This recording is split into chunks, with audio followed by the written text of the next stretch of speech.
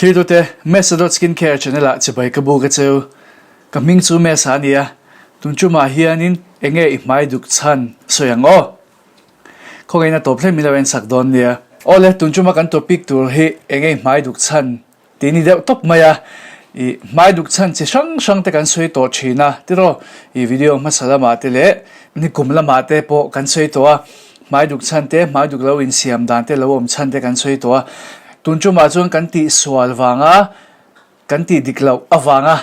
kan mai duk chan kan soi ve thung don ni o pon lambo ro rengot te khan kan mai ti chebik lawa ke mani khan kan ti cheve thea chu chu ente kan ti che thea chung laga chang chuan kan him the dan kha mo kan in ven the dan te kha karon soi don ani soi chan ngal me ango ama sabera chuan kan vun kan enkol uluk lo uwang kan vun kan enkol uluk lo uwanga hian anti-nan sunscreen kan man ngai lo wang te mo kan vun sakna tlan hiam zel tur kan veng lawa ama mo tok enge kan vun ma mo tok cho kan pek lo wang te mo kan vun ma mo chu kan ti tiang kan vun ma mo eng tik lai po ama mo reng chu face wash mai phina o sabon ringot ni lo deu I face wash cleanser te po an tia hi chu I face wash ani veka chuanin moisturizer mai mom chi chuanin kan mang thape lo te ro ma se kan mambo nakina kan soi zelang chuanin sunscreen hemite pathum hi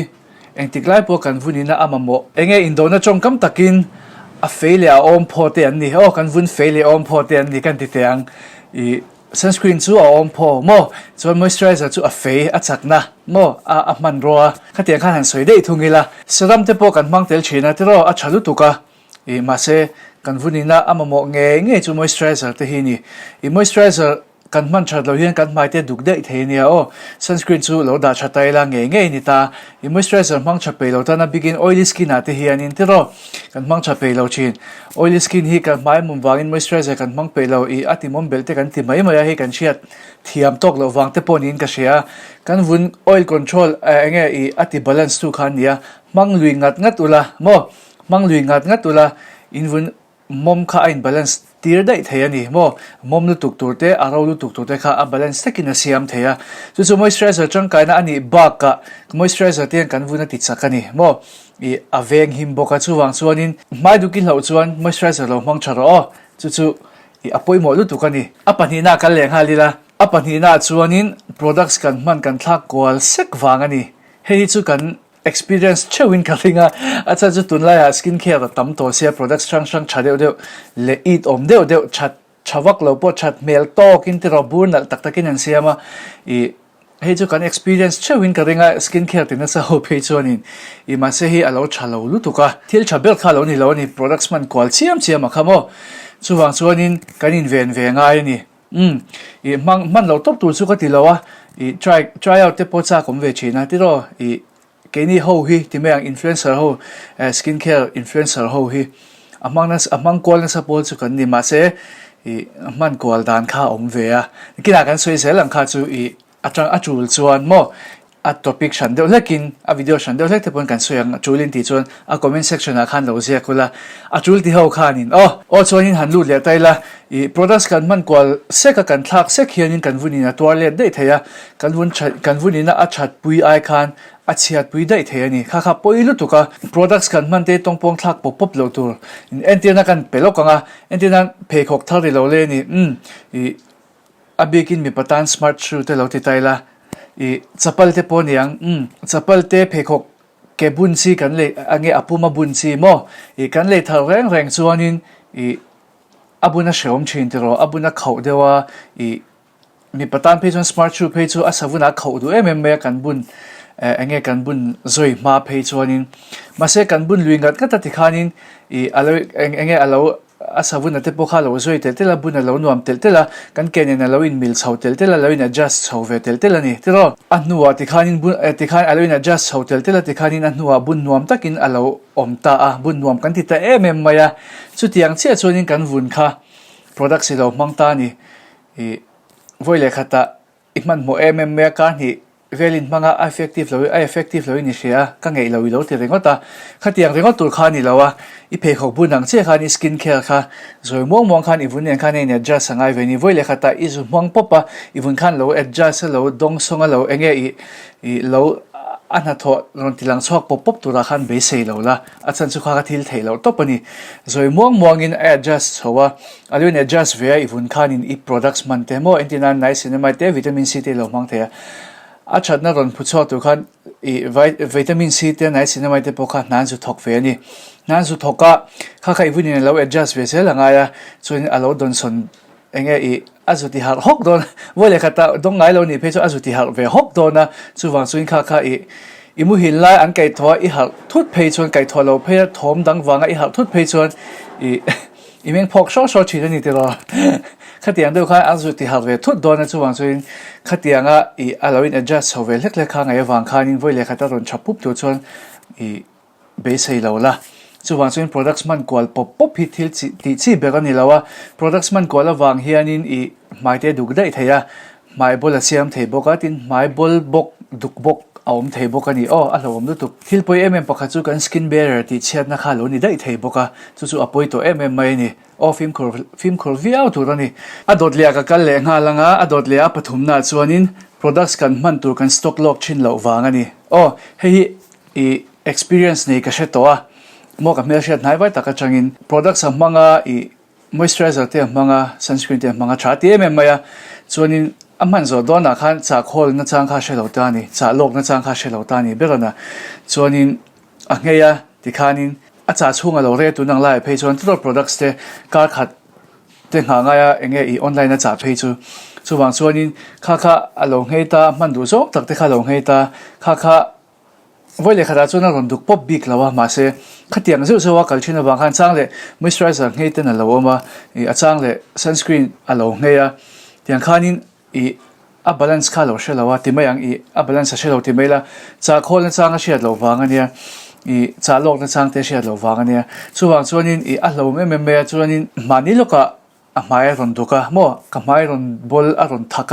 บอลทักรอนวอลทักที่บอลเชื่อปนนี่เรารอนวอลทักเดี๋ยวว่าตุกรอนดูกริงก็ตาอันเดียเรื่องลูกค้านั่นเลยเสียส่วนนี้สกินแคร์ที่ปกติชอบเท่าที่มาเสียมันดันส่งกระเชียดปุยวังขานินเกมาพวกขานินสุดยังขัดยังวังนี่อินเล่คนนั่นจ้างใช้เราชีน่าขัดยังไม่ต้องชิลเตอร์เพย์ส่วนก็เราเงยชุ่มโซกาโม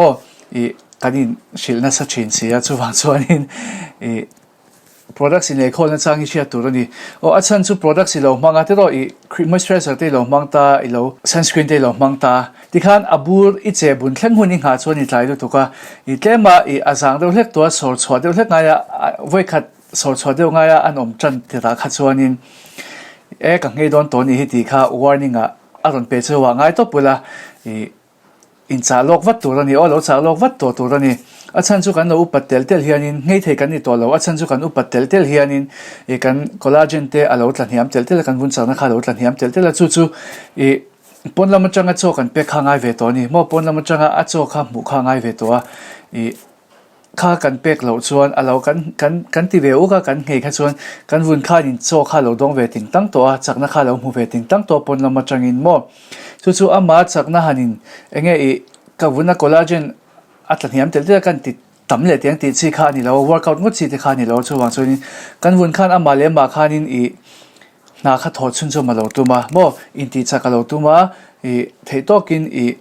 จันเราโควิดขาตักขาอัตัวโซเราชีนั่นนี่โมกันวนขันอัตัวโซเราชีนะอาเชียดผ่าเททุ่งตานี่มาโมขกันเปียกเวรง่ายตัวกันสมชัดเวรง่ายตัวช่วงส่วนนี้กันดูตัวเตกันเงยทรงตักเตจุเงยไม่ระวังอินซาโคลโมอินซาโลกนะจังเชียดวัดตัวนี้อปุยโมลุตัวกันเนี่ยไม่ดูกินให้ดูเราชวน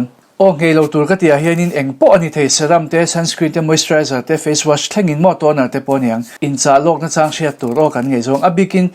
เงยเราละก็ดูจู่สวยเลยสวยนู่ face wash moisturizer sunscreen นี่ยังเงยเราละอินเตอร์เน็ตเซรั่มมีเราเงยเราฟังซัวปุยเราเรียกเราเทสเงยเวลเราของอีทีปุ่นปุยเราข้าจู่มาเซ่ moisturizer ที่จู่เงยเที่ยงเราบุรุษ sunscreen เนี่ยเที่ยงเราบุรุษนี่ต้องไม่ดีเราเงยตุ้มสูอัปลีน่ากันแหล่งฮาลิละอัปลีน่าส่วนนี้สกินแคร์กันติดแต่มากตัวเราฟังกันติดชัดไปเราฟังอันนี้ให้จู่เช่นกับส่วนนี้เราฟีลกันเองอาจารย์สกินแคร์กันติเวอุกันติเรากันไปเรททอดเรากันแต่มากนี่นักกินเราแต่กันติหุ่ hun kan nei lo te kan thia chen kha chuan ti ro chhuan lam kan siama ka ti mai kan pe lo wang kan te mak tok lo wang ani mai a kan ti ve u ka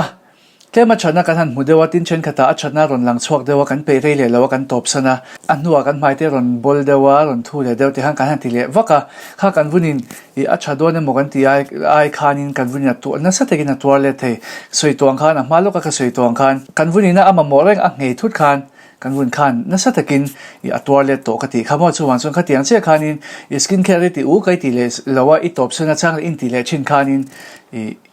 ivunin atwar har sana thleng jok thei abol mai poni lo adukte mo na sa takin skin barrier chiate khatiang khanin ivun khanin achiat puide theya chuwang chuan skin care hi iti to chuan ti ulukla a uluk lo pon ti uluk han tia khanin ti hlar lampang khani lawa taimala iman ngai te mang chala nangma inchigla ingei zong te hriat tumla mo kha apoi molu tukani skin care chuanin apangana kalve thungila apangana chuanin makeup man tur kan thlan uluk lo wang kan ti teang hei atam khop maya ma lai chang toin ti ro enge kan soi mai do na kan thengil chu promenade kan lo manga nakin lo ka kan mai kha ti duklea ti ro ti lai chadeo lang si kha tin khatiang che khanin products dang barma chuak te mo chalo nge products chak deu ma se mai ti dukle dei theyang chi kha tamani ti ro khang kha lawum maya tin makeup hi kan man don hianin alcohol free fragrance free le essential oils free tani theise chu du thu samania chuanin non comedogenic ti hi inziak nge se hi aum zia chu vun quan no phui thei a om lo ti na a free ti na khatiang la ka chang khan a free ti na nia kan vun ko no phui thei product si a lo oma mai du kheina siam thea bolte siam the chuwan chuanin apoi mani tin makeup klom na zong hi tongpong ngam lawang ato u chuak chu a har samai the ma se atlang lon pol le mi ten an fak pol hi manzel tur ni Indian brand sa poin siam ve na sa to hey skin care brand sen entinan adridim te po hian in makeup brand si an nei chave viawa hengte po hi an man tlak ve lu to ka tin Gush Beauty te an tia India brands vi kan soya chuanin India lawa chuan tam tak om ke ai nin chiat nim zok karenga chuwang chuanin ka soi thuiwak lawang makeup lampang chu Korean lama po tam me online shopping hian nei chawatin authentic makeup skin care hian in Mizoram ma chuan nei cha box skin.economy nen hian in midang nei cha pon tam karing kha chu inko ta ka da chuanin ni atop na ber akal taila YouTube kan mo DIY te kan lo ti ve vak chin wang ani hei ka soi du apoi mo ka til tuk ama pun ka soi to china DIY chu ka react hial to te ro adang reactor ka ne chung te chu request te ani nge ya nakina man vele hun nei vele kan react tu ra ngai la DIY hi soi to chin ang khanin tongpong ti ve chiam ngot lo tur kan skin care man tur chu engkima in balance sangai a pH balance thlengin apoi mo lu tuka kha tilai in kitchen ai lo cho kwale lo siam ve ngot khan a pH balance steady kem enge ithil tel tu za te adikem thil fian te ni ti la lo swa kwal ve vak kha afu berlawani adik berlawarin thu fian hi ka te la hemi fian khatin ya atok vel viau akoi chatok vel viau ti mai chi khani lawa chuwang chuin khatianga siama mai hnoi te kha chu mai kha wi viau sok ro chuwang chuin DIY hi chu lo ngam vak lo te lo phim khu ro tila lo sok te a fin thak zok ai cha tam skin care man tu ole tun chu ma chung khati zo kan soi the tok ni se kan la soi kim lo viau ina ren ma se in lo chang ka pi nge ka be se ya chuan an hnuai hian affiliate links le codes ka ron dalia products in tlom theina tu kha khoin milo man chang kai sak bok kula chuan ka video te milo like ka milo share ka channel te milo subscribe sak ze tu in ka som bok chu video le pe ka kain mila che don nia